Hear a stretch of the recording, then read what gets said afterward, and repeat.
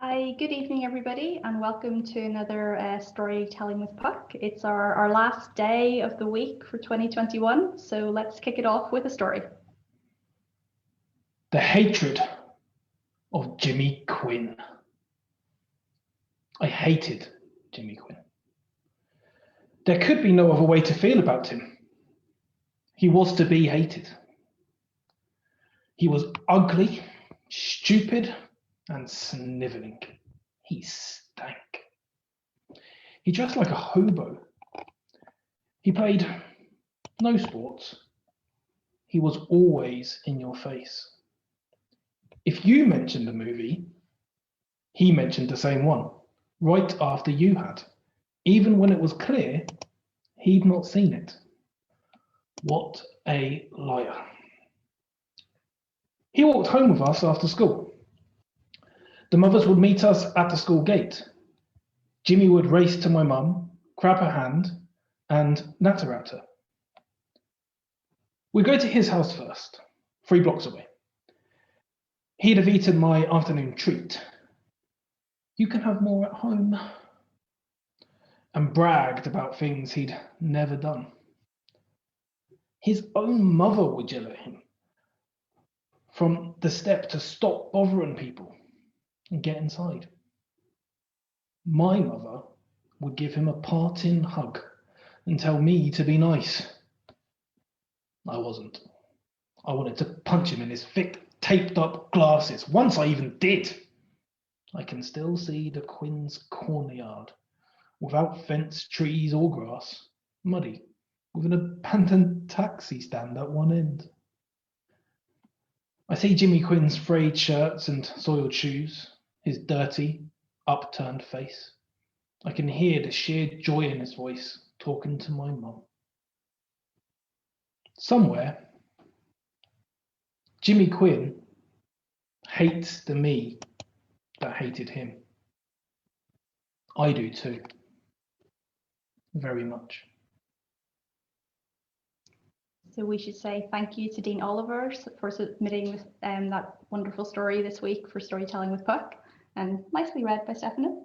And also thank you to Gary for his sharing his guitar playing at the beginning video that we shared. It's brilliant. Yeah. Really, really great. Really enjoyed that. And I would also like to thank Cyan, although she told me not to, for the video just before that, which was of us on our travels, actually. 100 days and 100 seconds, is that how you did it? Yeah. Yes, yeah.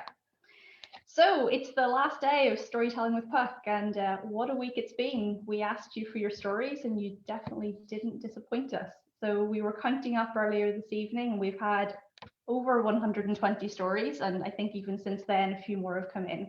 So thank you to everyone who's taken part. It's been incredible, and all of the stories have, some of them made me cry, some of them made me laugh, some of them made me a little bit angry, intrigued me, and I've learned a lot about a lot of people this week. So it's been pretty amazing.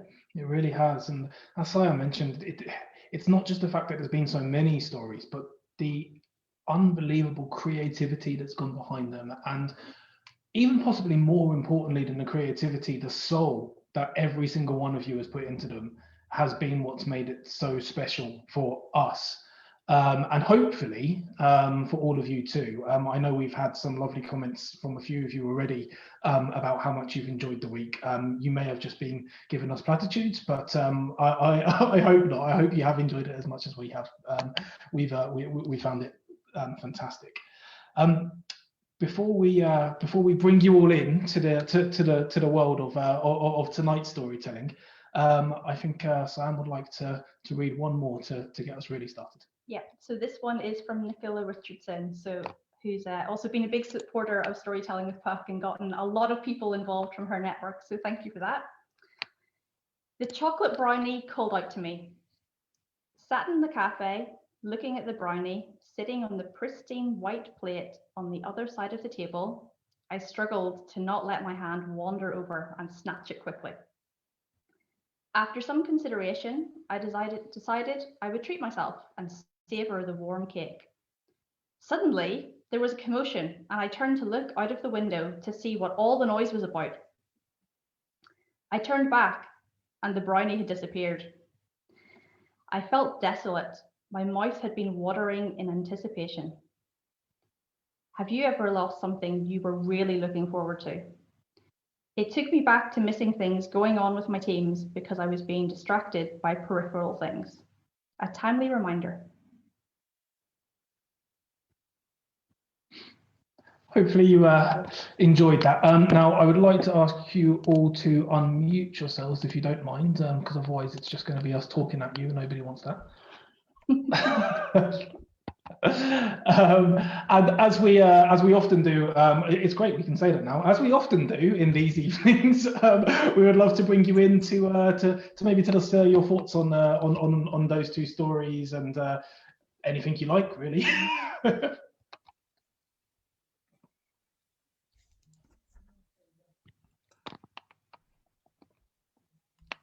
I'll kick off, shall I? Please do. Right there. So I just think I love that. I know Dean from LinkedIn, so I follow his posts as they sort of pop up, and I think we all know a Jimmy Quinn, don't we? I just think back to my own childhood and think about the kids that got. I was a teacher for a long time, and the kids that got picked on at school by most of the year. Say, often you look back on those kids and you think, actually, some of those kids were just obviously really either from very poor backgrounds or they were clearly neglected, and you realize what those kids went through only as an adult later on. I think we've all sort of known Jimmy Quinns in our lives, haven't we, really? When you look back and think, and it pains you to think, actually, as a group, we were probably we just didn't understand this child's situation at all. But I don't. Maybe it's people jump in there, but I just think we all know Jimmy Quinn. Anybody else know a Jimmy Quinn? Would you say? I think I'm with you there, Ben. I can instantly think of maybe 3 or 4 off the top of my head that would be categorized as the Jimmy Quinn of my school days. I'm guessing a few of you guys must have had a similar experience. Not so sure as a woman whether I do know Jimmy Quinn, actually. So I didn't relate to the character, but actually I related to the end of it, where we are not happy with ourselves because of what we did when we were children. And I think that's kind of where I was with it. It was kind of, there was a young lady in our school, and it's funny, I've just recalled her actually this last couple of weeks, where she was bullied, and although I wasn't part of the group that bullied her, I stood back and watched rather than said something, and I've always regretted that. And yeah, it just reminded me of that. It's powerful, and it's interesting that you say, you don't fully relate to the character, but yet there's still something that you relate to, and there's still a feeling that you relate to with the story. And we talked about that a few times in these evening chats, of how we all get different things from the stories. We all get a slightly different understanding, and sometimes we think that everybody must be thinking exactly the same thing as us, but in fact we're not. We all have slightly different takes on it, and slightly different ways of understanding the story, and I think that's part of what makes them so brilliant. Definitely. One other thing we've been doing, again, I feel like there's a few different people here tonight who we've not seen on some of the previous chats. So I would like to say hello to everyone who's not been here before. And one other thing we've done on a few of these sessions is we've asked if any of you would like to tell 1 or 2 of your stories that you have given us, you kindly shared with us during the Storytelling with Puck week. And as usual, I'm sure there'll be at least 30 seconds of silence here, but I'm going to open this up to the floor and let anybody pitch in who would like to join and to share their story.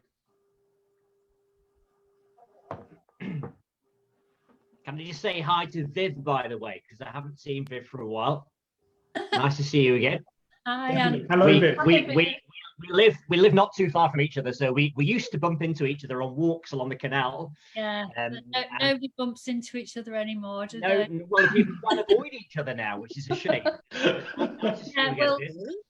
thanks for the shout out, Andrew, because actually if it wasn't for you, I wouldn't have got involved in this, because I think I saw something pop through on LinkedIn via your post. So I can't describe how grateful I feel for that, because this has all triggered something enormous for me. I've wanted to write my whole life, and I've written in different ways, but I'm now starting to write the book that I've wanted to write for my whole life. So yeah, I feel quite overwhelmed by the whole experience, really, but incredibly grateful that you've kicked it off. So thank you to everyone who's part of it, and especially thank you to you, Andrew, for I wouldn't be here if it wasn't for you. It's kind of you to say this is turning into a bit of a loving, but thank you for Sean and Stefano for actually creating this concept in the first place. It's been a joy to be part of it. It really has. We're very happy to have done it, but you're right, it is turned into a bit of a loving. So we'll say one last thank you to all of you for taking part, and then we'll leave the thank yous until later. We love you all. Remember us when you win awards for your novels. Yeah, exactly. Just that. This was the day it started. This was the week it started. Your stories actually have blown us away, Viv. So we're very happy that you've been encouraged to take part. The two of them, the underground and I can't remember the bathroom. Yes, were spectacular. I loved the way that you drawed us into the scene. I don't want to talk about it too much just now, just in case at some point you do feel like sharing it with us on this evening.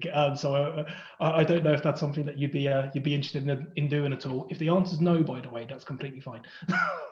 I might do the first one if I do any, because it's shorter. It's only 1.5 minutes. So yeah, I'll try and get my big girl pants on and read it. It's already out there, so I know, but that's not the pretend it's not, can't I? You can. Actually, I need to tell you as well, I was speaking to my daughter earlier today. She also writes, and I have a bit of an imposter syndrome around it because she's so fucking good. And I was saying to her, I might join this storytelling thing tonight. She said, oh, why is it only mine? I said, oh, well, it's quite late. It starts at 7:30. She went, Mum, children go to bed at 7:30. Yeah. Oh, I love that. I can relate though, Viv. I can relate. I think 7:30's quite late for me to be online. I'm sort of ready to crawl inside myself and just sit in front of the fire by about 7:30. Me too. Well, it's a very relaxed atmosphere here. You can just chill out, have a drink, and there's no pressure to we don't have to all put on a glad rags and go under the disco lights. So I think we can relax. I've got my pajamas on already. Perfect. That's how it should I was wondering if it was her pajamas. I did wonder. Pajamas and big girl pants all rolled into one. All rolled into one. I love it. This is the first time I've been out on a Saturday night for months. Oh, Gary, please don't say that. Is it a very different kind of party, though, Gary? No, it's all right. It's better than listening to myself. Is that Guinness you're drinking, Gary? No, it's Coke. Just oh Coke. My gosh, you could just say yes. No. Yeah, That'll do. I love Guinness. Okay. Julia, what's the name of that cat? Yes, it's Sylvester. Oh. Sylvester. That's the cat. Have you also got a canary? No.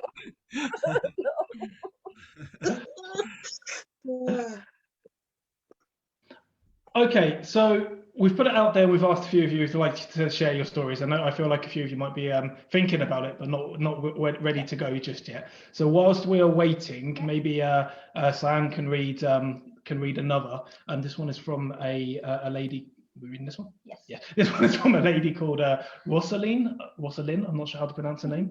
And it's a beautiful story. So Sam, please start. So talking of Guinness, let's go to the home of Guinness. Back in the early 80s, I hitchhiked around Ireland with my boyfriend. We were studying Irish literature at the time. He had a penny whistle, which would sit by whichever road in the middle of nowhere that we were stranded on and screech out a terrible tune. We had a backpack each and very little money. We managed to hitch lifts at each stage of the journey. Often they were not going to where we had planned, but we went anyway, as there were no Airbnbs or mobiles then. My favourite lift came when we were deep in County Clare and getting concerned about dusk falling. A battered old fan came into view. I flagged him down. He was charming. I said where we were headed and asked if we could hitch a ride. The priceless reply came, Jesus, if you want to go there, then you don't want to be starting from here. This is how the thought of changing feels often. It would be okay if only I didn't have to start from here. But you have to. That is the only place you can start, even if it is so painful that you would rather just not think about it. In fact, the more painful your current location in life is, the more you need to stop it compromising your health, wealth, and welfare.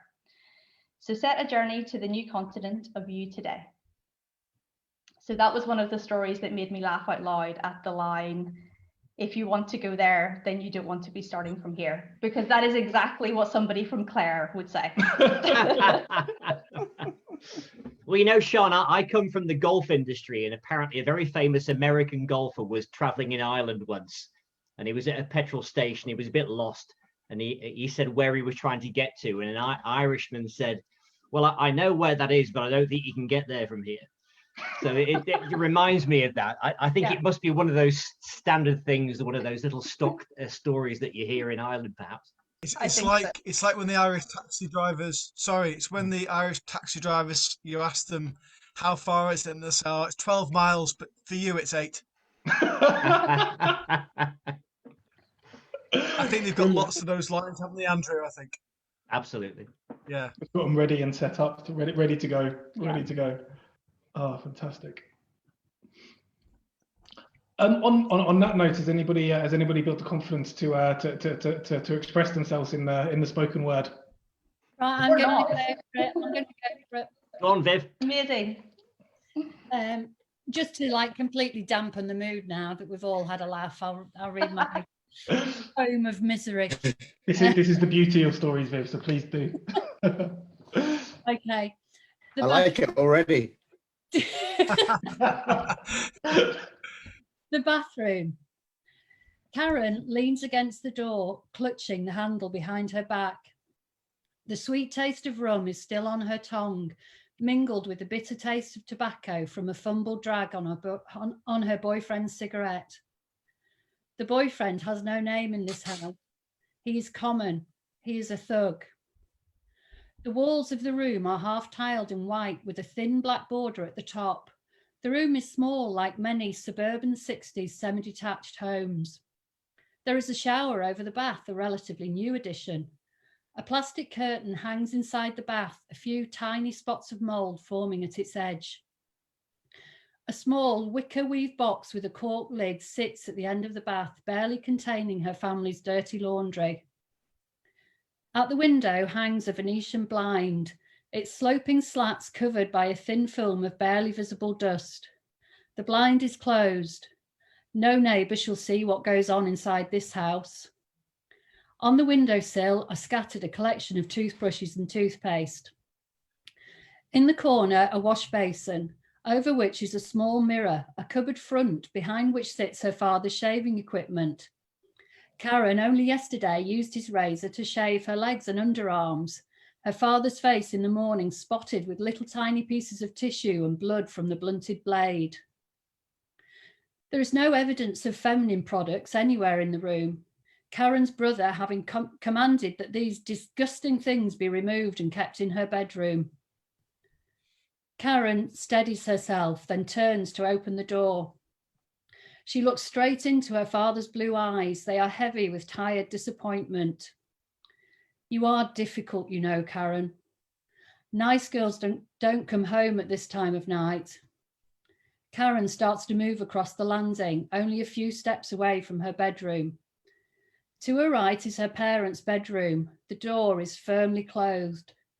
She pictures her mother lying stiffly on the right-hand side of the bed, wearing the brushed cotton, pale yellow floral nightgown that was folded neatly on her pillow this morning.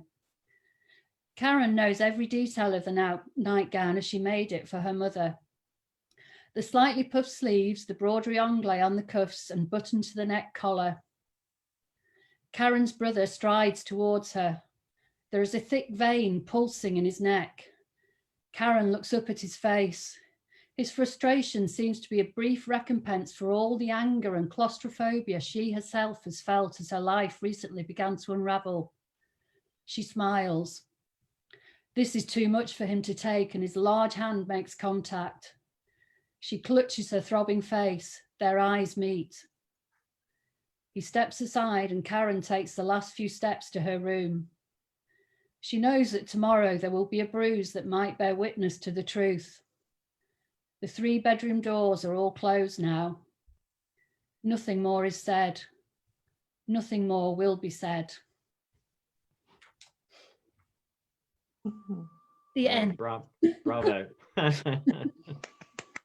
Very good bit. Thank you. Thank you for sharing that. I think that's maybe the 4th time I've listened to that now, actually, because I listened to it a few times when you first put it, shared it on Storytelling with Puck, and it's so powerful, and I know it must mean so much to you as well to get it out there. And slightly off the topic of the story itself, but also I feel like the way that you read it also adds to the emotion of it and adds to the words that you're actually putting down. There's something special about that. So again, thank you for that. Somebody tell me it's shit and then I can... All right, it's shit. Could you read the first couple of lines? Because I love the way you set up the story, because what she does is it's very defensive, isn't it? I love the body language of the first 2 lines. Can you just read them again so I've not misheard them? But it seems straight away the tension of she's trying to turn away from what's behind her, isn't she? I think it's very, very clever. The first few lines suggest that she's in this defensive situation. It's really brilliant writing. I love it. Christ. Okay. That's my way. That's my stupid Preston way of saying thank you. Nothing wrong with Preston. Karen leans against the door, clutching the handle behind her back. The sweet taste of rum is still on her tongue, mingled with the bitter taste of tobacco from a fumbled drag on her boyfriend's cigarette. I think it's really clever. I love that the body language suggests, doesn't it, straight away that she's closed. It seems so sort of defensive. It sets up the tension like within the first sentence. I think it's brilliant. I can remember that kind of feeling as well myself. So actually, the taste of the rum on your lips and that cigarette, that's really quite powerful and emotive. So really, really well written. Yeah, I think the way that you describe the environment as well, like you can really imagine being there, and it puts you right in the room. And especially because when you shared it, it was you telling the story. I was like immediately there, and I was actually walking around the house with my pods in, and I just stopped where I was and just had to listen to it. I stopped what I was doing to really pay attention to every detail. I think it reminded me of. Somebody shared earlier in the week, look on the outside looking in. Yes, that's Julia. Yeah. Yeah. So because when we were just talking about that story as well, the way that you described the house and the mansion, we immediately made some assumptions about who lived there, and kind of the 2 stories reminded me of the way that you set the story up. And I say as well, it's the kind of style that I like. It's sort of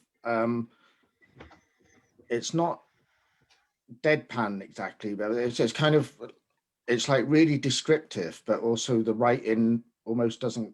It's like it doesn't get in the way. I don't quite know how to describe it, but it's just you're there and you can see it, and you're not aware that you're actually listening to a story being told. You're just actually in it, as if you're seeing it.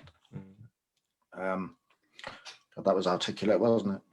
I actually think it was. I think the writing doesn't get in your way. It's quite poetic. I think what if I can pick up on what Sean said, then they're very interesting. Where quite often, if I often listen to podcasts and I'm maybe doing something else, doing some washing up or housework or whatever, and it's on in the background. And sometimes when there's a really great story starts to be told, I listen to a podcast called The Daily quite often, which is I think from the New York Times, and it's brilliant, and they often have stories on there, and it just makes me stop what I'm doing and I have to listen. And I think that was a case in point there, which Sean picked up upon.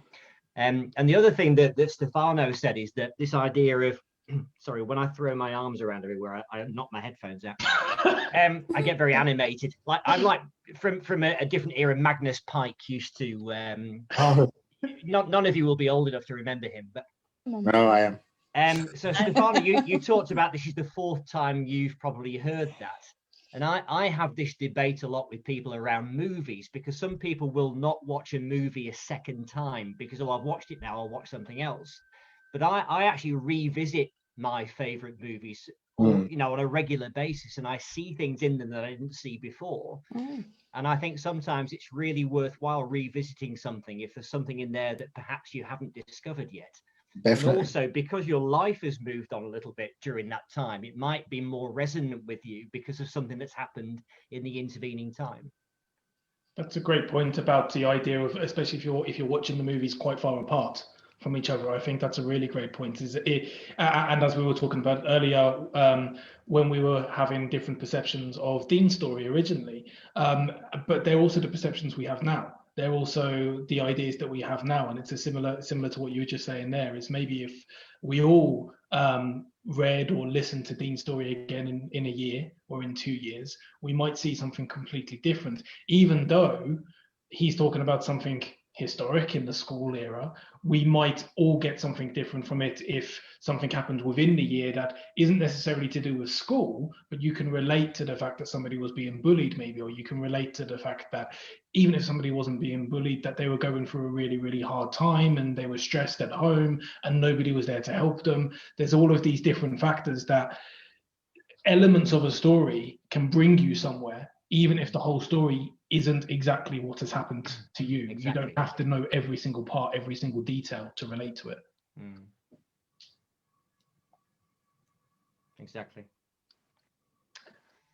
And I think Viv's story, I mean, I'm picking up on sort of Gary's point really and marrying it to Andrew's, it's very cinematic, isn't it? It's lots of details, and we're just encouraged to view. The narrator early on in the story is just dropping clues and isn't interpreting. As a reader, we have to play the detective, and that is, we're as unsettled as the main character, aren't we? And we're sort of we're trying to recognise that bathroom and the situation. We realise there's a threat there, but the pacing works really well, doesn't it? I think. Yeah, and it's very, like you said about the opening lines, where the writing is quite. It's only describing those parts that are necessary to tell the story and to describe the character and the mood. There's a short story writer I used to really like, Raymond Carver, and he's very much like that. It's just nothing unnecessary, just everything stripped back down, and he would just rewrite and just like chuck out loads until he couldn't take out another word. Isn't there a principle, Gary, called Chekhov's gun or Chekhov's rifle, whereby you have to extract anything out of the story that's unnecessary? And if you watch movies, you'll often see something introduced quite early on, but there's a reason for it, and it will come back later on to play a part in the script. I think it's called Chekhov's rifle as a principle. Oh, is it? Yeah, They did Yeah, that a lot in Breaking Bad as well. Lots of clues all the way through about stuff Yeah. that's coming up. So yeah, and it's just the way that was written kind of reminded me of that sort of thing where it's like quite stripped back and it's just only what you need to know. That's the. On that note, and firstly, actually, Viv, thank you very much. Really appreciate you reading that aloud. But would anybody else like to share something with us? To share a piece? I know that quite a few of you in here have written some brilliant ones, so we're very open to listen. Could I read part of one of mine? Please It do. was. It's about 3.5 pages, but rather than read it all, if I can just read the part that just takes up about 2/3 of the first page, and it was just the reason for that is that this week has sort of broken something that needed breaking, like a dam. So I started writing off loads of depressing stuff about myself and got fed up with that, and then just thought I'll go back to seeing if I can do fiction because it's never worked before. So I picked something really old and just chopped it up and rehashed it, and I was actually, it's pretty rough, but I liked the way it felt when I did it, and so. Brilliant. Yes, please. In that case, go ahead. We're okay. Anticipating. Right. Yeah. Okay. Here we go. Right. 6:15 and still dark. The kitchen lit only by the hob extractor and the neon glow of the coffee machine. Matt Durand leaned on the sink and gazed out at a couple of cars parked nose to tail beneath the streetlight and coated with a placental sheen. The rain had stopped and the road was spattered with soft orange light. He untied and reknotted the cord on his dressing gown, then poured coffee into a large mug and took a tentative, scalding sip before taking it through the hallway and into the living room. Here, in the armchair, is where Matt meditates, a practice he started back in March when his father died, though the two events are not connected. He had rented the flat in early June. Everyone wanted to run a credit check and see references. After several aborted attempts to get a viewing, Matt offered the next potential landlord 6 months' rent up front. 2 hours later, he rattled the keys at the front door of his new home. Prior to taking the flat, Matt had occupied a tiny derelict caravan in the corner of a field, his residence since last November. This was soon after his first encounter with Leon, the Russian. This was after his first encounter with Leon. The Russian had put him in touch with someone he knew had just inherited the family farm. This guy said he didn't care who lived in the caravan, and so now Matt had somewhere to sleep again. If the night shelter hadn't been closed due to a sudden cut in funding, he'd have stayed there. Okay, that's it. That's all I'm doing. I'm fortunate enough to know how the rest of the story goes as well for pages 2 and 3. Have any of you guys had a chance to read it? I don't think I have come across that one, Gary. Unfortunately, and I think we should all write to LinkedIn actually. For some reason, LinkedIn will not let me share any of Gary's stories to the event. No idea why. The only person I can't share any of the stories, so you may not be able to see them. So please either go to his profile to find them, or type in hashtag storytelling with Puck and have a look for Gary's stories because they're all brilliant. But they're maybe not getting the readership they deserve because I can't share them in the group. LinkedIn vibes. Yeah, exactly. In some ways, though, it's nice that you guys haven't read the rest of it because maybe it's good to get a take on what you thought of the beginning. If you don't mind us discussing your baby a little bit, Gary. Go ahead. I mean, I can see even just reading it, I was like, bits were jarring, and I was like, that's wrong. But I don't really care. It's just like.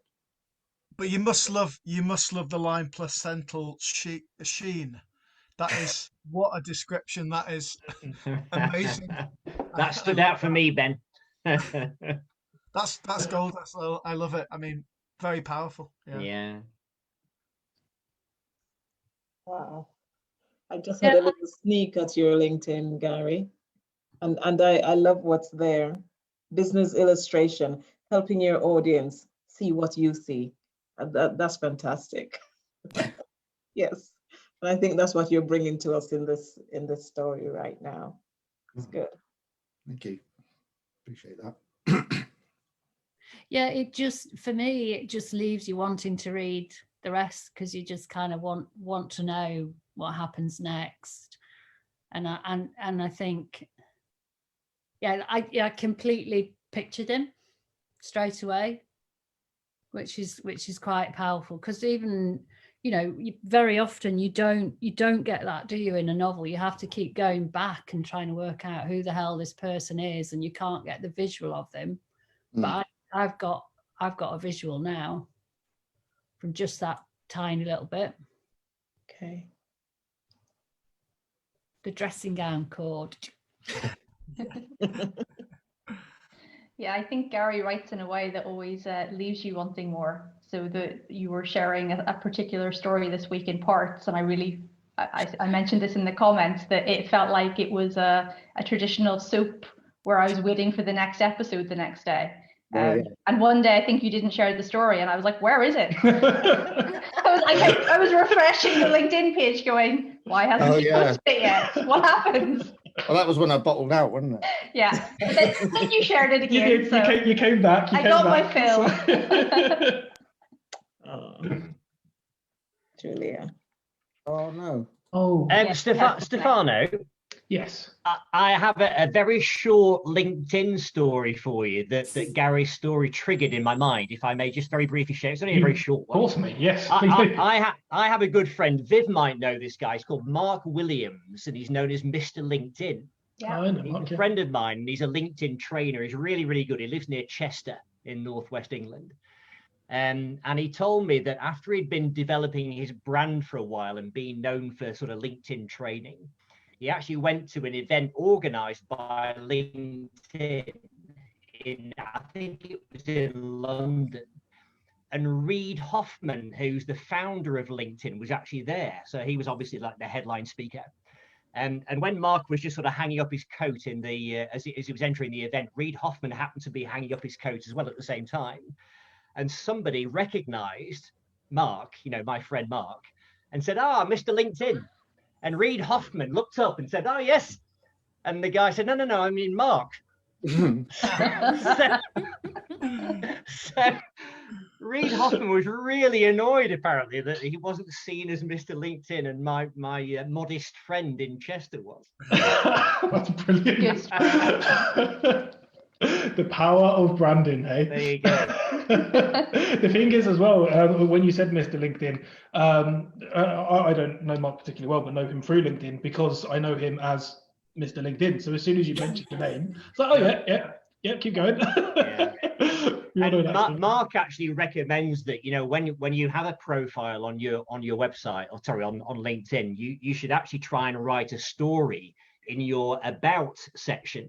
Mm-hmm. And he actually does have a little story in his about section, which is when somebody met him at a networking event once, and the guy asked him, what do you do? He says, well, I'm a LinkedIn trainer. And the guy, I think, was a banker or a lawyer or something. And he said, oh, right, okay, so what else do you do?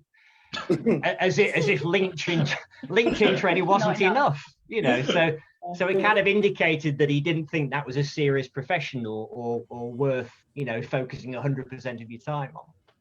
I think some people do very well out of it, so I'd say it's quite a serious profession for some. Yeah. That's for sure. Yeah, that's a great story, though. So one thing that we've got quite a lot of questions about this week, because we've let's say been introduced to quite a number of new people. A lot of people have asked, what is Puck? What is Puck Creations? Like, what is this all about? So maybe Stefano, you could do a short explanation of what's Puck. I'll give it a go. It's quite hard to get down to the full detail of it, because if I'm honest, it started over 400 years ago. Initially, what Puck was a savior. Puck is actually a goat. And 400 years ago, my mother's hometown of Calorglan everyone was living their life, having a great time. But Puck was on the top of a mountain, as you'd expect a goat to be, and saw lots of invaders coming from the bottom of the hill on the other side of the mountain. So he couldn't do anything else. He loved his townsfolk, And he ran down to Claughlin, warned all of them what was happening so that they could get ready, prepare the defences, and save the town. Cut a long story short, it worked. Claughlin was safe, they didn't get invaded, and it's a beautiful town which now every year on the 10th, 11th and 12th of August celebrates Puck Fair to say thank you to this wonderful goat that saved them. So, as a mother's boy and somebody who wanted to continually go back to Ireland and to Claughlin as a child, I would continue to visit there every year. I'd often have a chat with Puck just to see how life was going. And one day a few years ago, I was sitting looking a little bit forlorn, and Puck noticed that something wasn't quite right. So he came up to me and he said, "Come on, this is a party. We've got 3 days to celebrate me. I can't have you being sad. What's wrong with you?" And so I said, I'm just struggling. I like working, with some of these businesses that I'm working with in the corporate world. And I like working for other people and being creative and doing what I'm doing. But something's missing. I see too many businesses that they're just struggling. They have great ideas, they have great products, great services, but they don't know how to get them out there. They don't know how to show the world. And I don't know what to do about it. Puck gave me one look and he said, "Of course you know what to do about it. Just go and do it." So I took it upon myself to start up Puck Creations. Of course, I had to name it after Puck. He was the goat that gave me the support in the first place to do it. And what is Puck Creations? Puck Creations is a company that believes in great ideas and believes in great businesses, but thinks that they don't get the recognition that they deserve. Puck is a company that makes people think, feel, and take action in order to give those businesses the recognition they deserve. But we had to do something to make that actually work. We couldn't just have some kind of fancy idea and think about what we wanted to do with our lives and with that business. So we worked out that the way to make people think, feel, and take action is if you have a truly good brand, a brand that everyone believes in. We're not talking about logos. We're not talking about websites. We're talking about what goes deeper. We're talking about what defines a company, the why, the purpose of a company, how the company's run, who the audience is that they're talking to. We're talking about the brand personality, what makes them, are they slightly fun, are they authoritative? All of these are the inputs that define a brand. So we decided to set up day-long workshops where we could work with companies to make sure that people understood their brand and it was consistent across the whole company. And finally, we thought, well, once they have that brand, they need to be able to communicate it. So I got to go full circle back to my days of being creative and get to write again. And that's why I write website copy, blogs, newsletters, and anything else that needs to be written down for the company. So that, in a nutshell, is my answer to everybody who keeps asking us this week, what is Puck Creations? I should say, the reason I did that in story form is because that is exactly what we do for all of our clients, is we write stories. And that is why we decided that we wanted to have an event where people could all share their stories too. We weren't really going to talk that much about Puck Creations, to be honest, as a company. We haven't done any of the other regions, but because we get asked the question so much, we thought we'd let you all have a little bit of insight into who we are. I'm Stefano, and this is Cyan, by the way. Yeah, we realise we often forget to introduce ourselves. But after that, we won't do too much more around who we are. This isn't what it's about. It's about the stories. But I hope you enjoyed that story a little bit, and now you know a little bit more about us too, and what we do and who we are. Would anybody else now like to share another story with us? I would like to ask a question. Mm-hmm. Where is your hometown? Oh, good question. You can answer that. Well, right now we live in Eindhoven in the Netherlands. Okay. But I'm originally from Belfast in Northern Ireland, and Stefano is from Luton in the UK. in the UK. Okay. Okay, so your hometown is in the UK. Yes. Well, yes, yeah. Where I'm from is in the UK. Our hometown where we live now is in the Netherlands. Yeah. But we're No, I'm asking about the hometown you were talking about. Oh, sorry, that's my mother's hometown, and that's in Ireland, which is another. Just to add, that's on the west coast of Ireland. Just to add to the confusion a little bit more, and if you want to just really, because you're probably wondering why am I called Stefano? That's because my dad is from Italy. Actually, it's a funny thing when the first time I read about this event and I saw your name. And actually, I had to do a double take because initially I thought it's Stephanie. I get that a lot. No, Stephanie is an English name. Called Stephanie. I was occasionally called Stephanie. So when I saw your name Stefano, I was like, this sounds Italian, but I didn't want to guess it. That was why I was asking you that. Now that you mentioned about your hometown, I was thinking that maybe you will say Italy. The other side to my family, and I still think of I think of them all as my hometowns in some way. Is in the south of Italy in a place called Puglia. That's where my dad's from originally, but he didn't have a goat. And the town didn't have a goat, so it didn't work quite as well for the idea of the business, unfortunately. But I will bring it back to you now. As much as that was fun, I much prefer talking about everyone else than I do about me. I feel very red in the face. So I'll let you all let your souls out there, and I'll sit back and listen if that's okay. Definitely. Sorry, I'm going to completely ignore that and just ask you what. Okay. What did you want to get from this week? Okay, that's a good question. In kind of everything we've got, so I can tick all the boxes in a way, which is connection.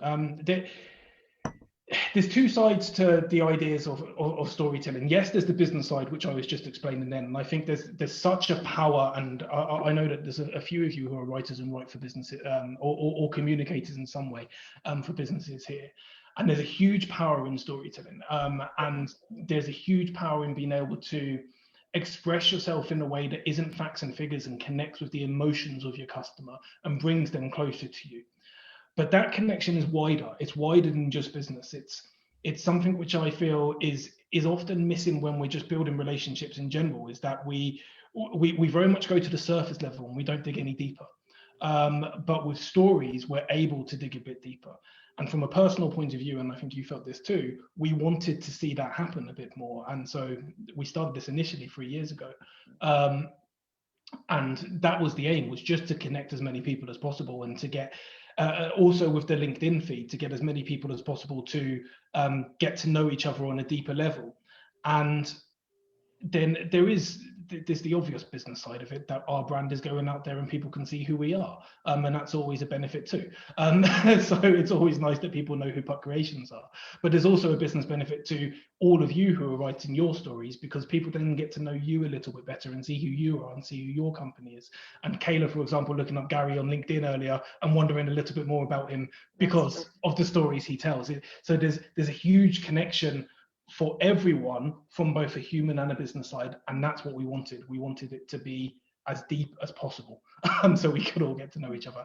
And I think and hope that that's worked, especially this year. I think it's been it's been the biggest yet, but I think it's possibly also been the best yet. I think we've had incredible stories. Stefano, can I just pick up on this idea of depth, because I think this is really important, the point you make here. I think about this a lot.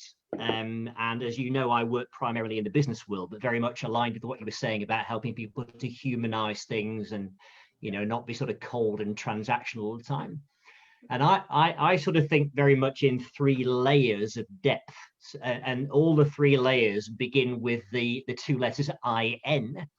So the top layer is information, when people just give information, or they might make claims that sound, impressive, but they're quite empty. They might say, we're very client focused.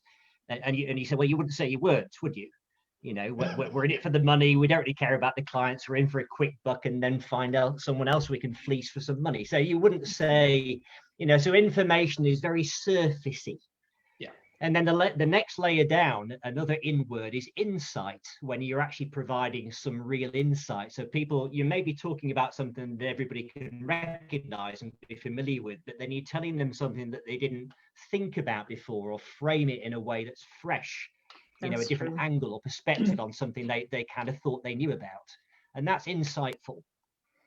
And then, of course, the third layer, which all these wonderful storytellers have been doing, is inspiration, which comes very much from those stories.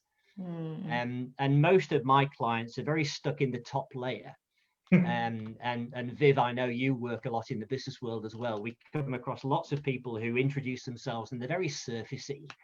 If I hear another HR consultancy talks about being a full service, this and that, I'll pull my hair out.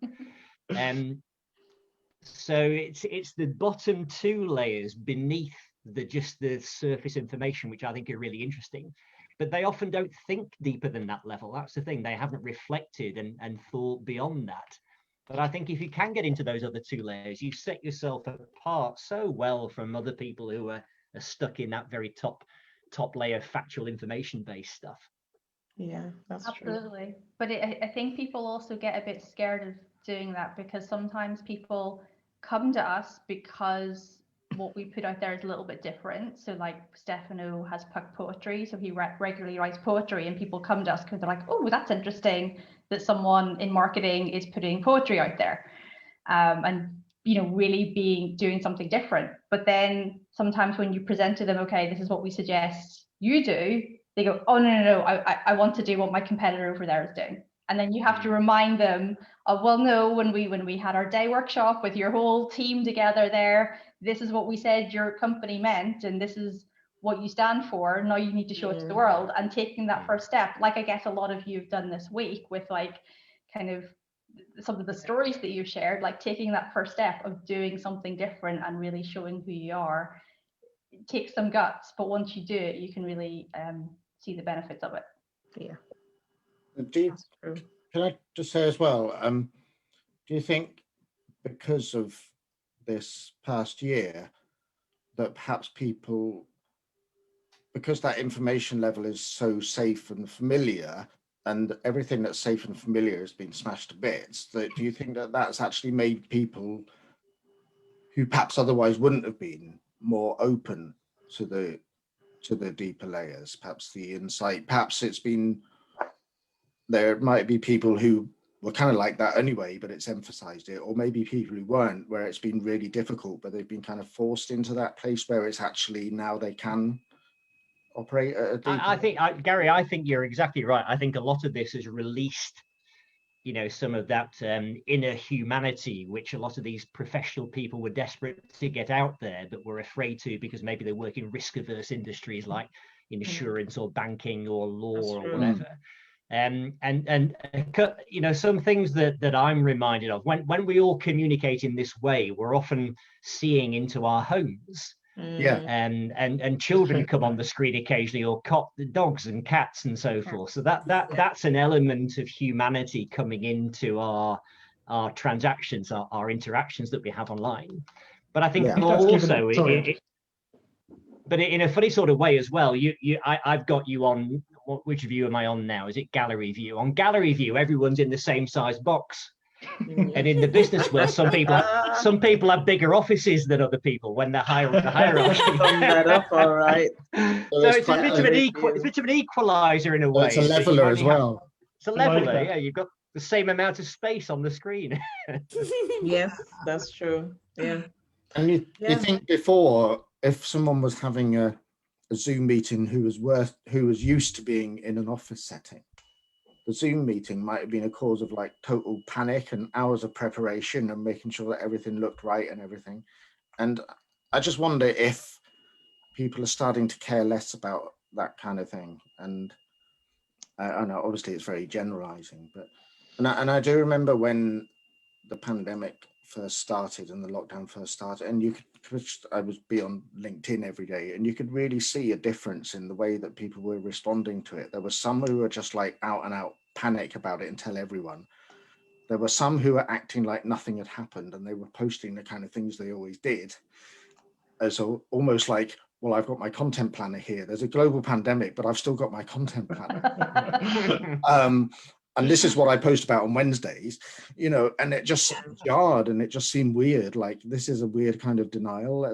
And then it was just interesting to watch the way it evolved and how people were responding to it and how much they would let on to other people online of what it meant to them. And over time, you could see that sort of settle, and there weren't any of the posts that weren't acknowledging it. You know, they sort of fizzled out, and it was just, to me, it was fascinating to watch. And I just thought, is this indicative of something that's happening?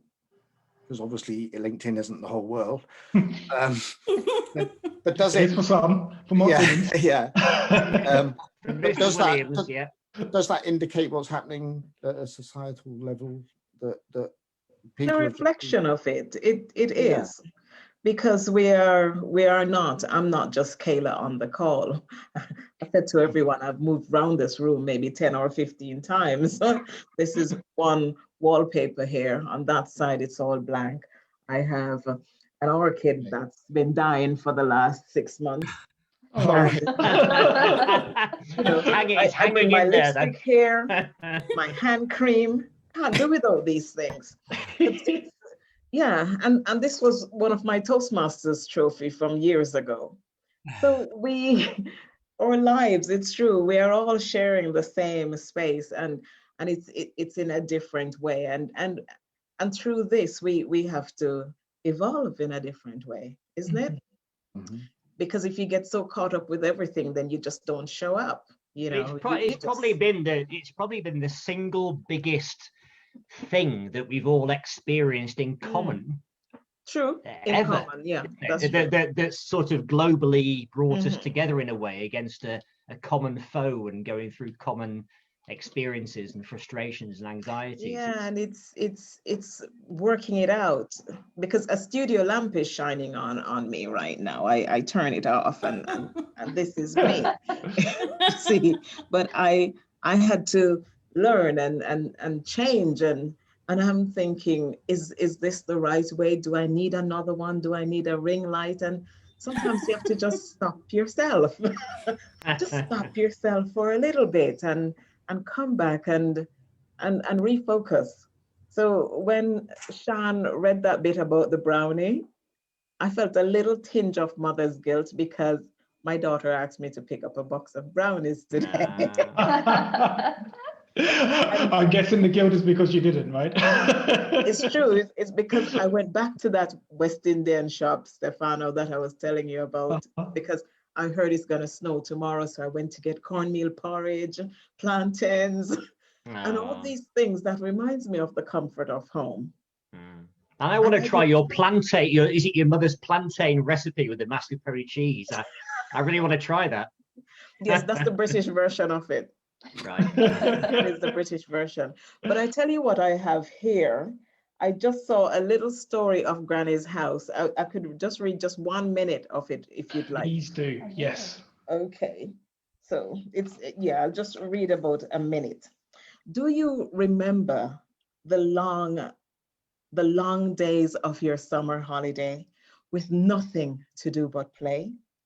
We were sent to Granny's house to spend our summer holiday, and we rebelled at how Granny lived in the country without a telly. We told our mother, we don't want to go.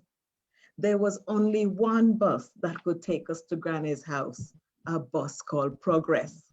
The bus was strapped with sugarcane, breadfruits, yams, bags and baskets that belongs to the hagglers. Because Jamaica had a hilly interior, the bus drives through the valley to get to Granny's house.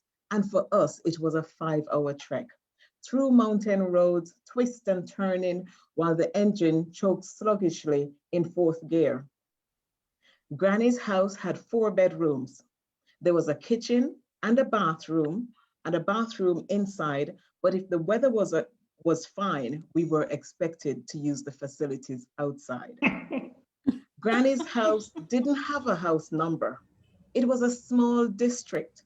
They didn't have a post office either. It was a PA called a postal agency. I asked Mama, how can we tell when we get to Granny's house? She said, press the bell on the bus as soon as you see the breadfruit tree. Can you imagine 3 little girls looking for a breadfruit tree in the night? We arrived at Granny's house and she hugged and kissed us. She was very happy to see us, but in no time, Granny got down to business. Now, Granny had 3 rules. Empty the chamber pots first thing in the morning, eat what you're given, and do not touch her vanity set. Granny's kitchen was pitch black with smoke. You cannot see properly in the kitchen, and your eyes would water from the sting of the smoke that came from the wood fire. While I would squint to find the seasonings, Granny knew where everything was. There was a small window to the right of the kitchen, and she had no electricity there. There was a piece of chicken wire that hangs precariously over the wood fire. And you know what? Granny called the chicken wire her kreng kreng. That's what Granny used to smoke meats. It was no surprise to see a pig's tail pressed against it whenever you looked up.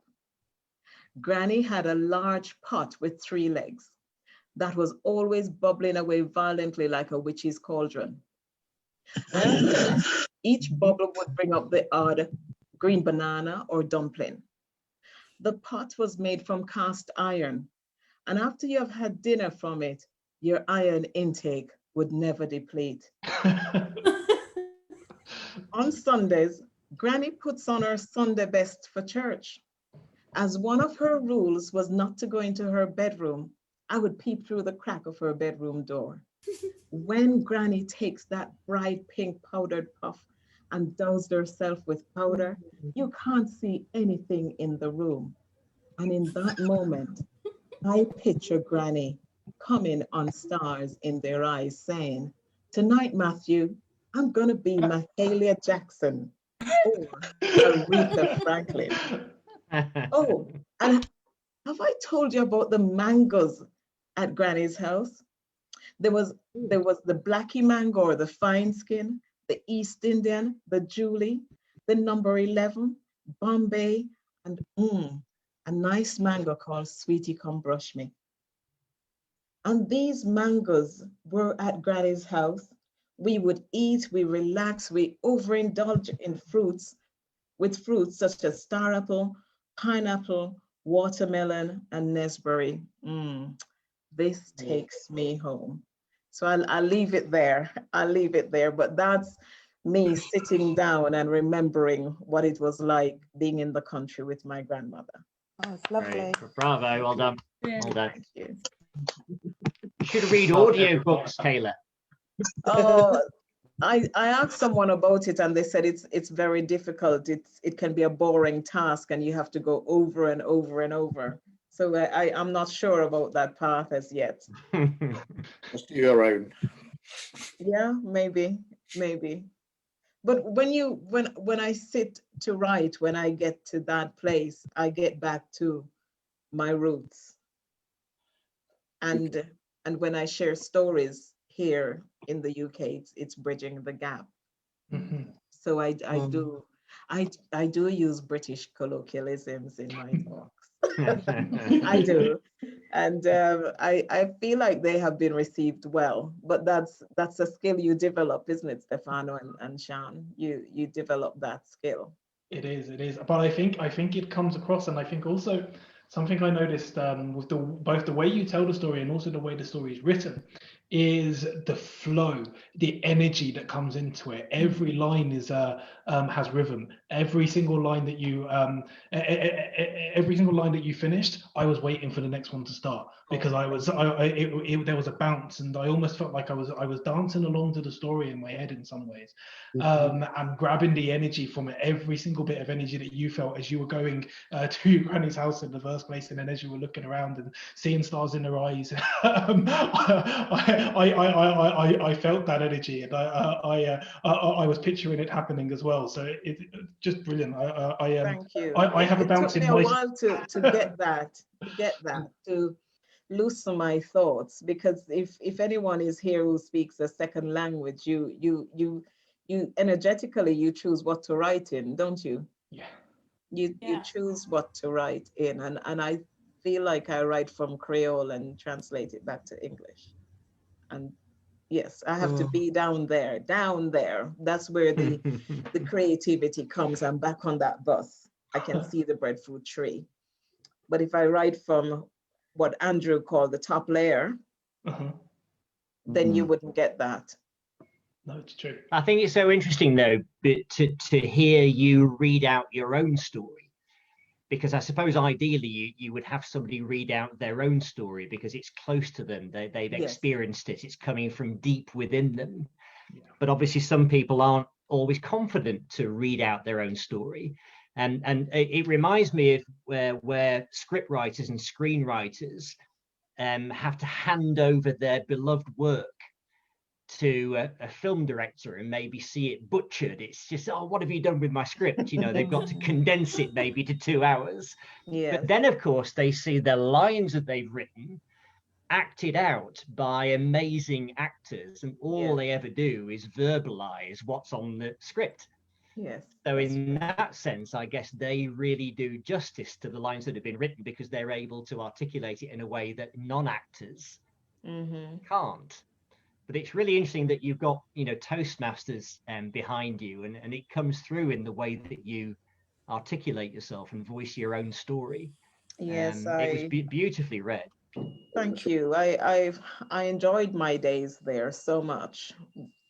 I really, that was one of the strong points behind me teaching others to control their nerves and understand the pressure when you go to competitions and you see a big room. And I always go for the impromptu ones, because I used to think, gosh, I just don't want to carry around a script in my head. If I go for the table topics, then I hope luck is on my side and I can pull that out in no time. But actors will talk a lot about intention. You know, they have to, it's not just a case of saying the lines. They've got to sort of feel what it's like to be the character in that particular situation. And then it comes through in their voice and their body language.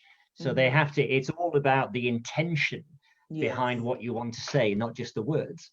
That's so true. And that's why I always say we are more than just who we are. There's so much more to us, isn't it? Exactly. Yeah. And sometimes you get people who've been on a listening skills course. They say, well, I've been on a listening skills course, Andrew, and they told me I needed to lean forward occasionally. I've got to go, oh, really? That's interesting. And I raise an eyebrow at least twice. Does that mean I'm a good listener? And I said, well, no, it's not really about that. You know, you've got to be genuinely interested. Repeat after me. What did I just say and what did it mean? Then I'll tell you if you're a good listener. That's but I leant forward and I said, at least 3 times, Stefano. Oh, in that case, thank you very much for listening. I hope you enjoyed it. I really like what Stefano said about it as well. That at the beginning you said you weren't going to read much, but you read as much. You had to read that much to really show the flow going through it and that energy going through it. And there just as you were going along, like more and more, I felt like just sort of like colors were jumping out, and tastes, and it sort of, it has to pick up a rhythm and keep that going for a while, doesn't it? Which was again down to the way you read it. Thank you. On a point that Andrew made a few minutes ago, Actually, firstly, I'd like to see if anybody else would like to read their stories, but also if there's anyone here who has a story that they would love to be shared, but they don't want to read it themselves and would maybe like either Cyan or I to read it, or somebody else if anybody can get access to it, then we would also be happy to do that if we can get the story. If you're kind of a little bit nervous about speaking aloud and sharing the story aloud, but still wanted to get out there, then let us know. I'm happy to share mine, Stefano, if that's... Yes, please. I love your story. I've actually got it up in front of me. Have you? Oh, gosh. It was on our list. That's pressure, isn't it? Okay, it's a horrible story. Does that make it better? I don't think so. Oh, treat me gently. It's the first time I've actually spoken it aloud. So I've written it, but I haven't actually spoken it aloud. So it's called The Journey. There was once a small child, happy in her own company, who loved music, art, and nature. She was full of fun and mischief and had daily adventures in her back garden, which backed onto the woods. Whenever she felt afraid, she would sing to herself in the dark. The words of the songs brought comfort to her, and she would sing herself to sleep. As she grew, she started to hear a drum beat far in the distance, which she couldn't resist. So one day, against her parents' wishes, she went to explore. She came across a wise woman who took away her music. "You will not need this along this path," she said. And so the girl closed her heart to song. But she still heard the drum, calling, calling. Then she came across a wise man who seemed to be really angry with her. He told her to put down her sketchbook. "You will not have the space to carry this on your path ahead," he said. And he gave her a heavy rock to carry in its stead. "You will need more of these to keep you steady as you travel," he said. She was deeply afraid. But the drum still called to her as she dragged her feet forward across the dales and hills, calling, calling, calling. For years she travelled, adding rocks to her backpack, through storms, hail, wind, and snow, sometimes resting for a while in a warm, sunny place, but always moving on, pushing through and never giving up. Until one day, she came across a tall oak tree. Its branches filled the sky, and its roots sank just as deep into the earth. The dryad of the tree welcomed the weary, battered girl into its deep, cozy, warm trunk and said, "Sit down and rest a while." The girl sat down and they talked. They talked about her love of music, her joy of creating, and the stories of her journey. They laughed and they sobbed as the years unravelled, and the girl placed her rocks gently on the hearth, one by one. Once all that was said that needed to be said, the girl shut her weary-stained eyes and listened. In the darkness, she found that she was no longer afraid. She could hear the drum beat, louder and louder, her heart beating in time to its steady rhythm. She watched, amazed, as her heart unfurled, and there she was, the woman with the drum.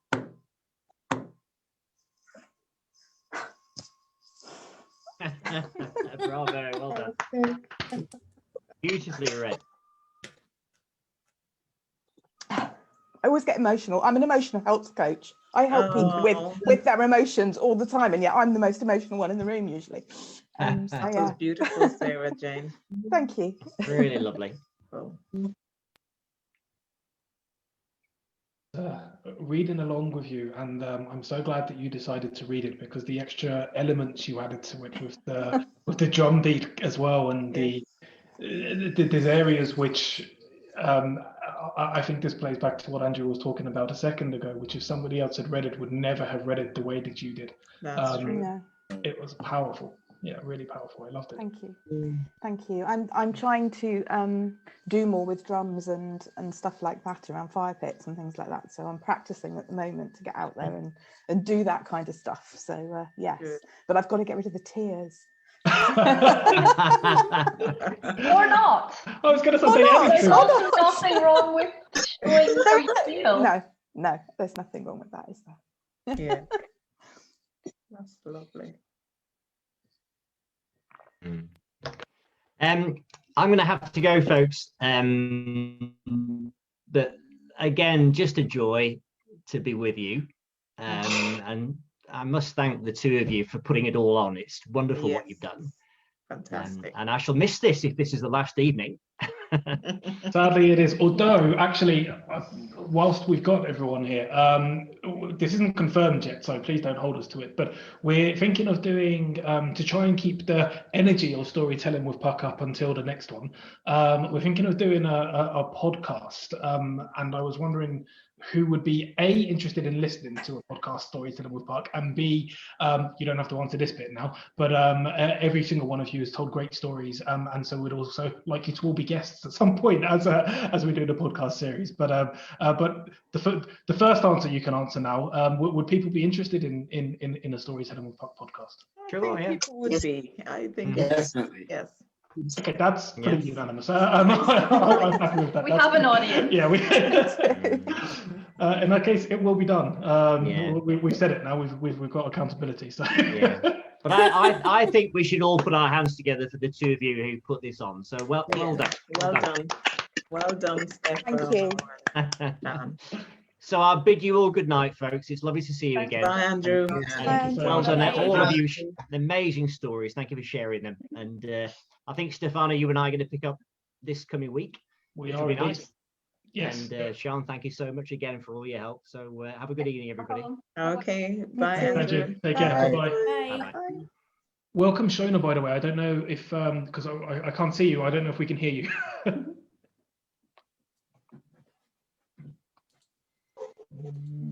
Maybe not. Sorry, Stefano, can I also absent myself now? It's been really lovely to meet you all. I feel a little bit overwhelmed actually. So in a good way, not in a bad way. Okay, that's good. I was wondering, I was like, uh-oh. Thank you for your story. Lovely to meet you, Viv. I look forward to the novel. Bye. Great Yeah. to meet you. Thank Keep you. writing. Thank you so Thank much, you. everybody. Goodbye. Bye-bye, take care. Bye. I don't think we've had a chance to say hello to you or speak to you very much throughout the evening. So hello. Oh no, maybe not. Can you hear me? No. So was that to me? No, No, to Ria. Ria. Ria. Yeah, I was going to say, yeah. Hi. Yeah. And this, Oh, yes. I am Yes, we still can. speaking to me. Yes, sorry, I just hear wanted to her say now. hello. We haven't so really had a chance to say sorry. hello. I'm so sorry. I thought you're speaking to Shona.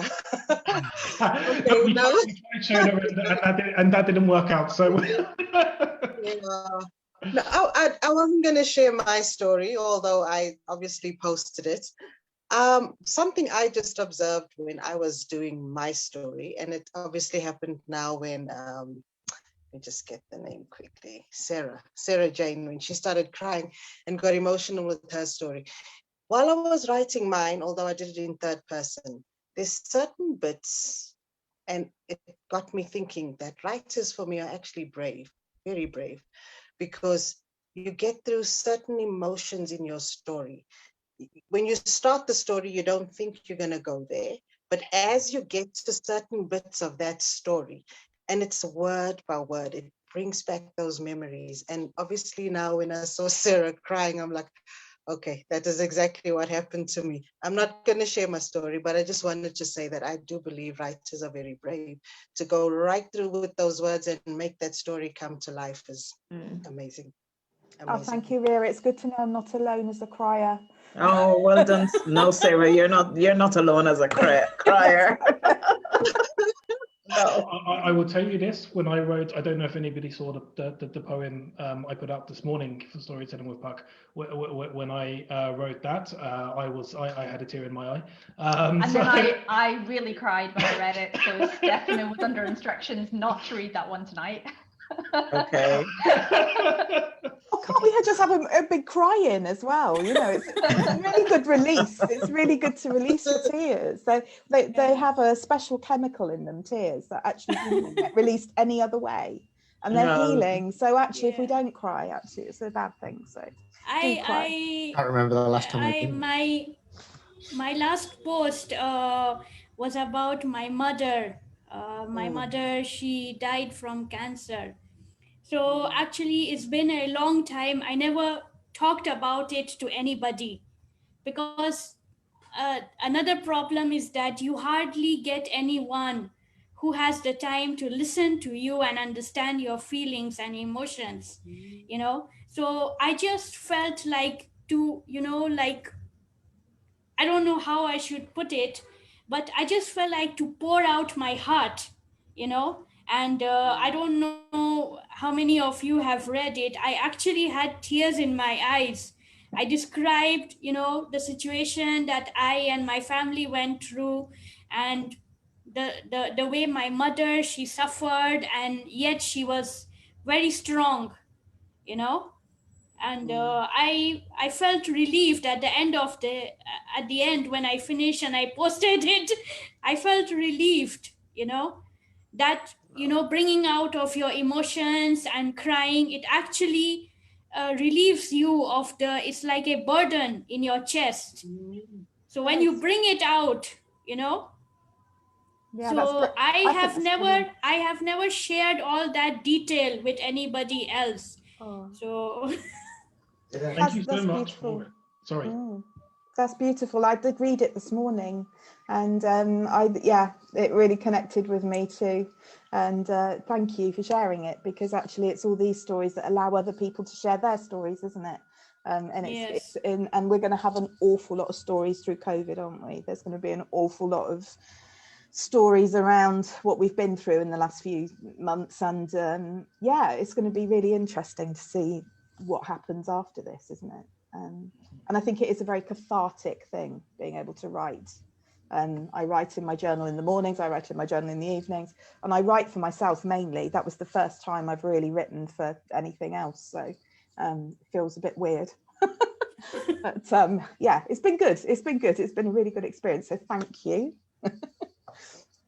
I'm so impressed with the number of people who don't typically write, who've chosen to write for the first time and then share it with people, because I think particularly maybe in previous years, a lot of the people who shared things, like it was sort of their job, like they were a writer or an illustrator, so it wasn't such a big leap for them maybe. But this year we've seen like a lot of people sharing things for the first time, which I think for me is really incredible to see. Then you're hearing stories from people that we don't normally hear them from, because your point of view of your story is totally different to anybody else's. Yeah, I think I've been encouraged to write blogs this year, and I've hated it. I've hated every minute of it. But I keep going back to it thinking, why am I doing this? Why am I doing this? But yeah, I'm getting better, put it that way. But yeah, it's not my forte, I don't think. But well, you're a very good writer. You've proven that with the story you wrote and shared here. I think sometimes this is actually, I think, comes full circle to what we've been talking about, and going back slightly to the business side of things, that when it comes to blogs and people recommend writing blogs, and obviously we recommend writing blogs or getting us to do it, but even when you are writing your own blogs, often I think people give bad advice about blogs. They give the advice that you need to be very formulaic about it, and you need to copy this very strict set of rules that everybody has to write a blog. The top 5 ways to do X, Y, and Z. Yeah. And there is a reason for that because of Google and because of SEO and because of the way it attracts the eye, etc. There are some benefits to that, but the reason that these type of headlines work to attract customers is often because they are they're easy to catch on the eye for a majority of readers. But when you're writing something, you can still have a hook that doesn't copy everyone else. What's important is that underneath what you're writing, you are writing for your audience as a business, but underneath what you're writing needs to be you. You have created that audience in the first place. People are attracted to you because of who you are, not because of the fact that you guessed what they might be attracted to and then pretended to be it by copying your competitor. So the advice I would always give with writing the blogs is, yes, think about your audience, but remember the reason that you have that audience in the first place is because of the purpose of your business and the way that you wanted to resolve something and the way that you felt you could do it differently by having your personality injected into it. So don't take that away when you write a blog, add it in, make it yours, and then your audience will read it and they will become one with your company and be more likely to buy from you in the future because they're attracted to you in that way. That's my little bit of business advice I would give. That's helpful, thank you. And you'll probably enjoy writing it more as well. Sorry? You'll probably enjoy writing it more because it probably feels a bit more like you rather than the version of you that people tell you should project to the world. That's exactly. Great. I've never heard it expressed like that before, that your audience is there because they were attracted to you in the first place. Yeah. I mean, don't get me wrong. You do need to all of the I guess the almost cliched things now that people say about the fact that you need to narrow down your audience. You need to make sure you understand who they are. You need to understand what drives them and their behaviors, etc. All of that is true, but people then often guess all of these things. But actually, if you look back within yourself first, you can work out who your audience are a lot quicker. Who might be attracted to this kind of thing a lot quicker, especially if the business has resulted from something that you wanted to challenge and you wanted to fix. Some businesses, it doesn't quite work like that, especially if you're thinking on a broader scale and there's a few different people involved at the top looking at different things that they need to solve. Then maybe the audience is slightly different, but that's then when you talk about a group brand, and that's when you talk about working out what the purpose of the company is and how you can connect everybody within the company. They all have that same drive and they all have that same message, and once everyone's on board with that, then you start writing the blogs to make sure that your audience are also on board with that and can come and see what you're trying to aim at. So there's it's something really important that we often discuss is everyone tells you to define your audience, and that's really important, but just be careful how you do it and be careful how you come up with it in the first place. I started my blog in 2019, and I just felt like to start something different than what I have ever done before. And of course, initially when you start something new, people, they may not give you any attention. And then since my blog is on WordPress, I had to follow other bloggers. And then within this 2 years now, even though I have not gotten maybe you can say thousands of followers, but it's gradually increasing.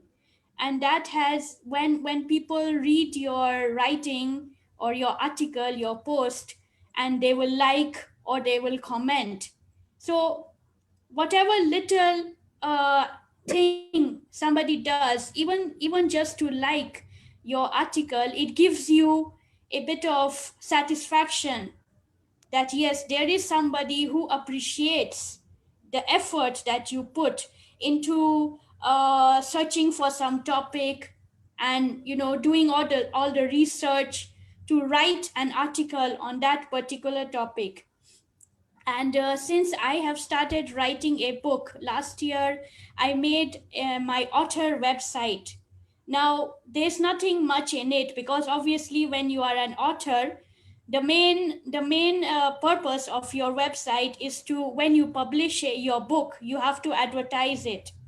So I have to wait till when I publish, maybe hopefully before the end of this year. But then I felt that I have to do something else, to keep it active. So I once I saw somebody's website, he's not really an author, he's just a blogger. But what the guy did was that he does author interview for free, not video, just like writing. So I think not many people do that, so I sort of had that idea. And then on the Facebook groups, the groups for writers, especially the group which is for promotion, author promotion, I just put the post that if anybody is interested in having an interview, then they should message me. So many people did. And then I had to search on the internet that, okay, what type of questions to ask? And then if anybody messaged me that they are interested in the interview, I have to ask them that, okay, first of all, you tell me about yourself. What do you like? So you got a little bit more of an understanding. Yeah, you have an idea, so that you have to, because you can't ask everybody exactly the same questions. It doesn't work like that. No, it might not be the most entertaining for your listeners and or for your readers either. Yeah. Always asking exactly the same thing.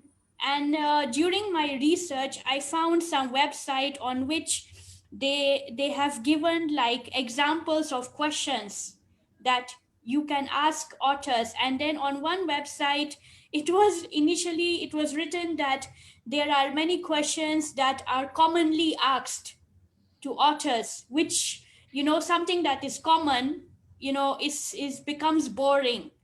So you need to think of ideas that are different and varied. Yeah, so they gave different ideas. And then, like, as I said, that first of all, I will ask the author that, okay, you tell me about yourself. What genre do you write? Have you published any book, And then I will, according to whatever information the person gives me, I will go back to those websites where they have the list of questions. Sorry to interrupt you for 2 seconds. Oh no, she's gone. I was just trying to catch Garima before she left. Sorry, Kayla before she left. Sorry to say goodbye. But sorry to interrupt you there, Garima. But yes, I just wanted to say thank you for coming, Kayla. I think Garima, your story is really good. That you almost you put yourself out there to say, hey, can I help these authors? Yeah. And then you figured out how to interview them afterwards. How do I do an interview? So you just sort of jump straight in, which is really nice, because some people could spend a year figuring out how to interview without. It was like a leap of faith, Yeah. Let's just start, which I see lots of people doing this week as well. Like, let's just write a story and put it out there, even though Gary says, well, my story's not completely finished and I need to edit it. Well, it's already out there, and you can already see that in what you think is not a perfect state, people already love it. It's true. So actually, talking about that, Gary, I think we are all definitely our own worst critics. I know whenever I do anything and put it out there, the thing that scared me the most, I put stories out there so often these days that I'm almost used to it now, even the ones that are very close to my heart. So I still have a little bit of fear every time I put it out there that someone's gonna really hate it and decide that I'm an evil person and want to I don't know, come and do something horrible to me because of it. But most of the time that fear is only very small. But for me, the idea of putting out a song and playing the guitar and singing for the post I put out yesterday, I was petrified. I did not want to put that out there because it's not something really I ever put out there. But as Garima said, it's a leap of faith, and I just thought, you know what, let's just do it. Let's just give it a go. And Cyan kept on pushing me quite hard. And one thing I noticed was that even when after I have made the list of questions and send it to the authors, some of them, they don't bother to respond. I don't know what is their reason, but whatever, maybe they forget, or maybe the list of questions that they see, I don't know, maybe they don't find it all that interesting. But I don't bother about it. If somebody is truly interested, he or she will definitely respond. So those people who have responded, I when I put them on my website, and then I started getting likes, Yeah, that's I started definitely getting a likes, point of encouragement. and then those authors, I will even ask them, when I send them the link to the website, that okay, I have put your interview, this is the link, so that they can share it, so I will always ask them that I hope you like it. So they will be like, yes, thank you very much. So I think that, as when I publish my own book, okay, then I can write about my book. But for the time being, let me do something different that can build up the audience in one way or the other, So yeah, I think it's a great way of starting, and you're learning a new skill, and you're writing, and the more you write, the better you get at it. And you're building your audience. And some of the authors that you mentioned that maybe it's not for them, well, that's also okay, because we don't need everybody to love everything we do. You just need a small amount of people to like what you do, and that's your audience, and you can build a career around that. You don't need billions of people to like your stuff, because you'd probably be quite boring and middle of the road and mainstream if everybody likes you. Some people won't like you, and that's okay, because it probably means that other people will love you. Talking of that, and also talking of I guess jumping into learning on the go. That's maybe another. I think you've given us another good way to segue into some more stories. Is there anybody who's got some stories of like Garima's of how they kind of had to learn on the go and take that leap of faith and jump into something new? I'm sure that you guys must have a shared experience like Garima did in that way. Well, I can tell you mine very briefly. From being, where are we now? It was, 4 years ago, I was homeless, and I was in a relationship that has sadly came to an end around about a year ago. That was kind of a bit. Anyway, cut a long story short, I was homeless and in a shelter, and just decided that I thought I'd have a go at making a living as being an artist. And I didn't really know what kind of artist I was, and I knew nothing about business. So a few years before, in another life, I used to flog expensive software. And I just started and just was like, everything online I could get my hands on, webinars and all those free PDFs that people hand out, and just all this stuff. I just knew nothing, and I started getting to know who people's names were, and I just drew every day, and just soaked up everything, went to networking meetings, and I'd walk around and think like, well, these are the normal people, and I'm just kind of a scumbag loser who's having some ridiculous last gasp attempt at something or other. And gradually things started piecing together, and just that, long story short, that's kind of how it all kind of started building up. And just, when people talk about imposter syndrome and I can't do this and I can't do that, well, I just accept that I had a kind of tidal wave of that every day.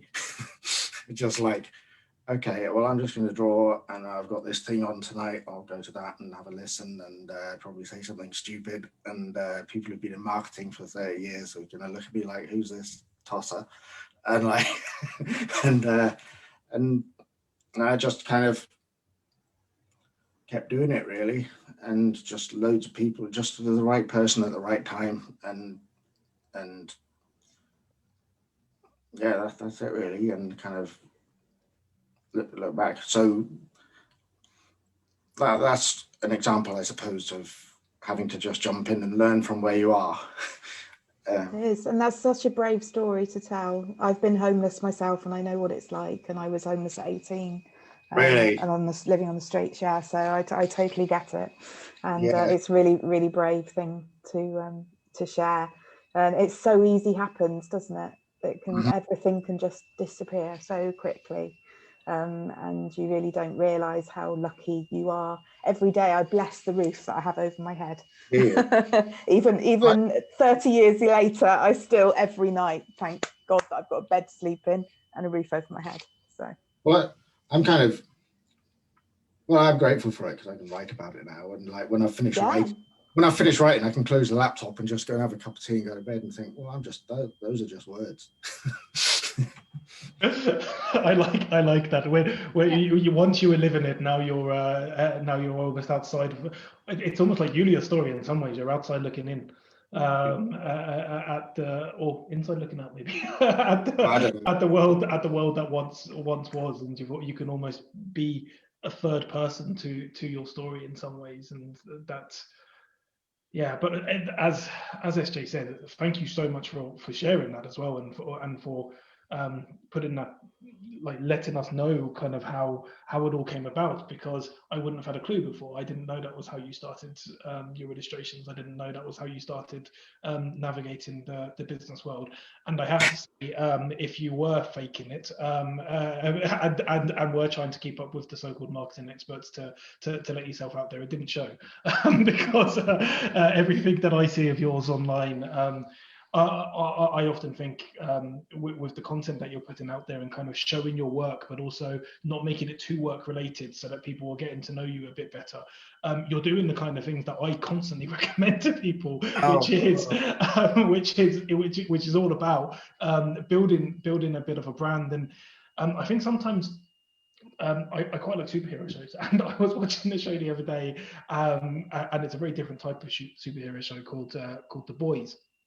And they were talking in part of the show. One of them said, "Oh, I have to live up to the brand because somebody had branded them," and that's where I think brands often go wrong. Is that somebody brands you rather than you defining the brand that you already have as a business. And so that's what I really like about the way that you produce your content, is that for me it felt real. It felt like this was you. I didn't see anything that was fake in any way, shape or form, yet I still saw some of your personality and I still saw the skill that you had. So I think that was a perfect combination. So don't listen to the marketers, do it your way, because you're doing it very well. I mean, nothing I've done is, I can look back at things and say I've got the guts to be more open about it now, and it doesn't feel brave, it just feels natural. But all the way through, I was never being, it wasn't like I was putting on a front or being fake. It was like I was just doing my best to do what I thought you had to do as being businessy and mixing a bit of personal branding with it. And so, yeah, it never consciously like, this is where I've come from, but I'm going to hide it. It was just like, this is where I've come from. And someone told me a quote, and I can't remember who said where the quote comes from, but it was, share the scars, not the scabs. Which means tell people where you're from and what's happened, but don't make yourself vulnerable. Don't do it too soon. Yeah, I think that resounds with me, because I deal with a lot of emotions in people, and I think emotional scarring is the way I sort of see it is it's like when you're physically hurt. If you touch something that you physically hurt, actually it bleeds and it comes up, doesn't it? Whereas if you've got an emotional scar, actually, if you keep going back to it and picking at it, when you can go back to it and you can see it objectively, and as you say, it just becomes words, then actually you know that you are on the path to healing and you can actually talk about it. And I think it is, and this is why it surprised me actually that I cried, because actually I think I've dealt with a lot of that, but obviously there's some stuff in there that I haven't. But that's okay, you know, that's just part of me, and it's part of the layers that come into our lives, isn't it? But yeah, I think you're right, and I think that's a really good way of putting it. I like that. I might take that on if that's okay. Yeah, well, if you Google it, you'll find out who said it, because I can't remember. I'll have a look. And that was another example of just like where the right people would say the right things at the right time, and it's always, which I'm sure other people will have loads of experiences of, that it's just, and it could be at a time where you think like, I don't quite know what to do next, and it would just be like someone there, even just like that, just someone just showing something, someone just saying something, and you just like,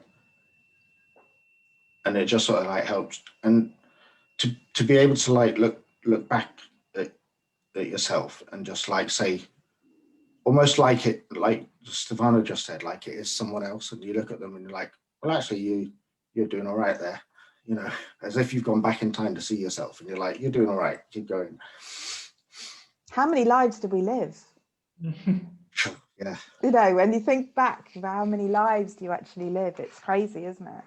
You know, I can probably compartmentalize myself into about 6 or 7 different lives where I've been completely different people, probably. But there is always that drumbeat that goes through, and it's following that drumbeat and just picking up and putting the dots together. So there's always something in those lives that actually you can pick up and pull together. Yeah. But I've got to go. I haven't been very well this week, so I'm going to go and So you rest did tell up, me that so. before, and you still came. So thank you so much. Yeah, Oh, you're welcome. Really nice to meet you. Yeah, it's great to meet you all, and thank you, Stefano. It's been brilliant. I wish I was here more often. It's just been a horrible week. It's great this time, and I was going to say we'll definitely be doing this again. Don't worry about that. Brilliant, So, brilliant. Well, I should be. I've got to go as well because my dog's got an operation. I was going to say, I think maybe we'll wrap up. Yeah, exactly. Can we maybe, if you do have another, how long do you think that will take? Minute.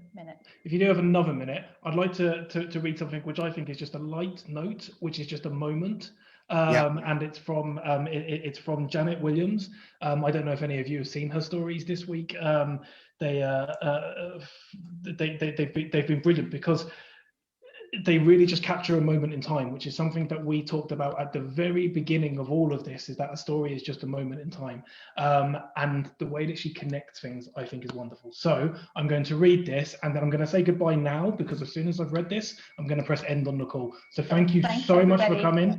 Thank you everyone for Storytelling with Puck 2021, for sharing your stories, for being here on the calls, for commenting, for liking, and this is going out to everyone who's obviously not on the call now, for watching the replays, and from a selfish point of view, and I think Siam will probably agree with this, for making us feel absolutely brilliant. I really appreciate every single moment of it.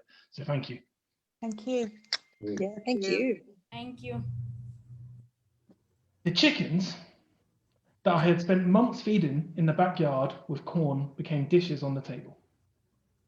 The reunion dinner on the New Year's Eve is the most important meal during the Chinese New Year. For some years in Malaysia, we kept chickens for a purpose. Just before the New Year, older women in the neighborhood would get together to kill the chickens. I watched. Lots of scalding water, a twist of the necks. I was asked to help, so I got to hand pluck the feathers. My mum would always steam a corn-fed chicken. The golden-looking skin with a fat layer was appetizing, and the meat tasted so succulent and sweet. Another dish would normally be braised chicken in dark soya sauce. The aroma of ginger, garlic, sesame oil, and soya sauce wafted through the air. Many years later, I came to study and then live in suburban England. For a few years, we kept a few hens in the little back garden. These were spoiled, carefree hens, which even had names. These hens roamed free. Sometimes they flew over the fences to annoy the neighbours. They gave us fresh eggs every morning. I am not sure what killed them later, probably weasels or foxes. It was a mystery. On that note, thank you all very much. Have a lovely evening. Good night. Good night. Thank you. Take care, guys. Thank you so much. Cheers, Simon. Thank you, Stefano. Brilliant. Cheers. Bye. Good night.